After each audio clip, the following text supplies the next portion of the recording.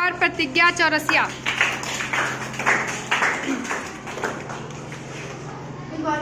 Good morning.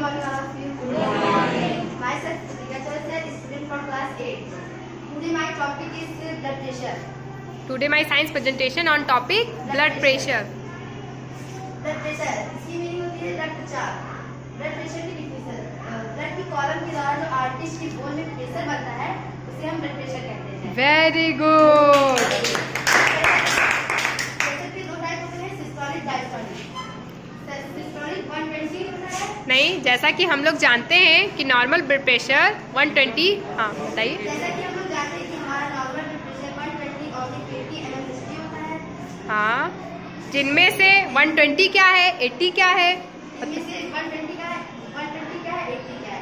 120 हमारा systolic pressure है, 80 diastolic pressure है।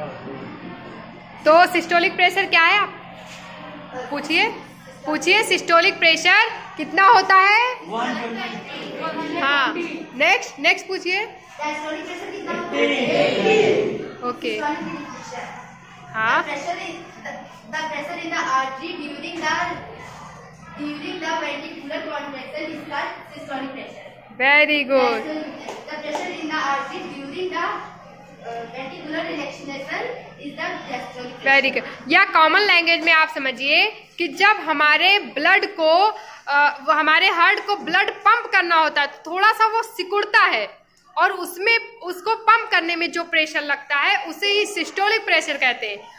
और जब हमारे पूरे बॉडी से, different part of the body से ब्लड हमारे हार्ट में जब आता है तो जो हार्ट होता है वो रिलैक्स होता है और फैल जाता है, जिसे कहेंगे, उसमें जो प्रेशर लगेंगे उसको कहेंगे डायस्टोलिक प्रेशर। डायस्टोल स्टेज में जो प्रेशर लगेगा उसको डायस्टोलिक प्रेशर, और सिस्टोल स्टेज में यानी सिकुड़ने की अवस्था में हार्ट में जो प्रेशर लगेगा उसको कहेंगे सिस्टोलिक प्रेशर। और सिस्टोल यानी जब वो सिकुड़ रहा है, ब्लड को different part of the body में पंप कर रहा है हार्ट, तो वो सिकुड़ जाता है, उसमें ज्यादा प्रेशर लगता है in compare to diastolic pressure.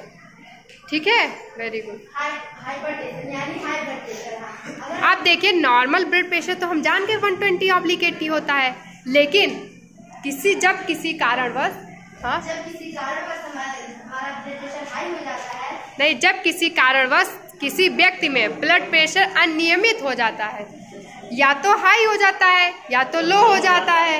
High अगर इफ हाई होता है, हाँ, अगर हाई होता है तो जैसे 130/90 हो जाता है, इसे हम हाई ब्लड प्रेशर कहते हैं। हाँ, अगर किसी व्यक्ति में किसी कारणवश उसका ब्लड प्रेशर लो हो जाता है, हाँ, 110/30 हो जाता है, उसे हम लो ब्लड प्रेशर कहते हैं। ओके। एक्सरसाइज करते समय हमारा बीपी इंक्रीज हो जाता है।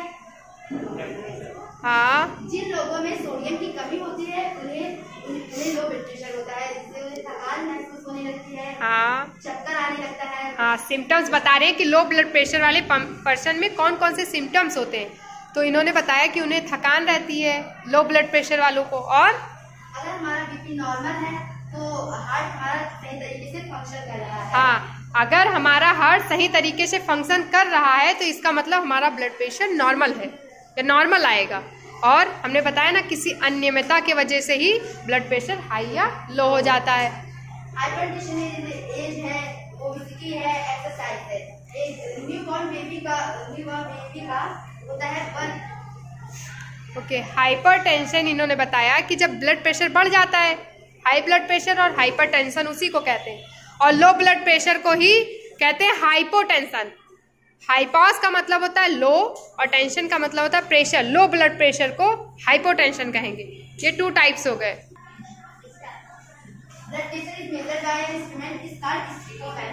हाँ, अब इन्होंने अपनी पूरी टॉपिक बता दी।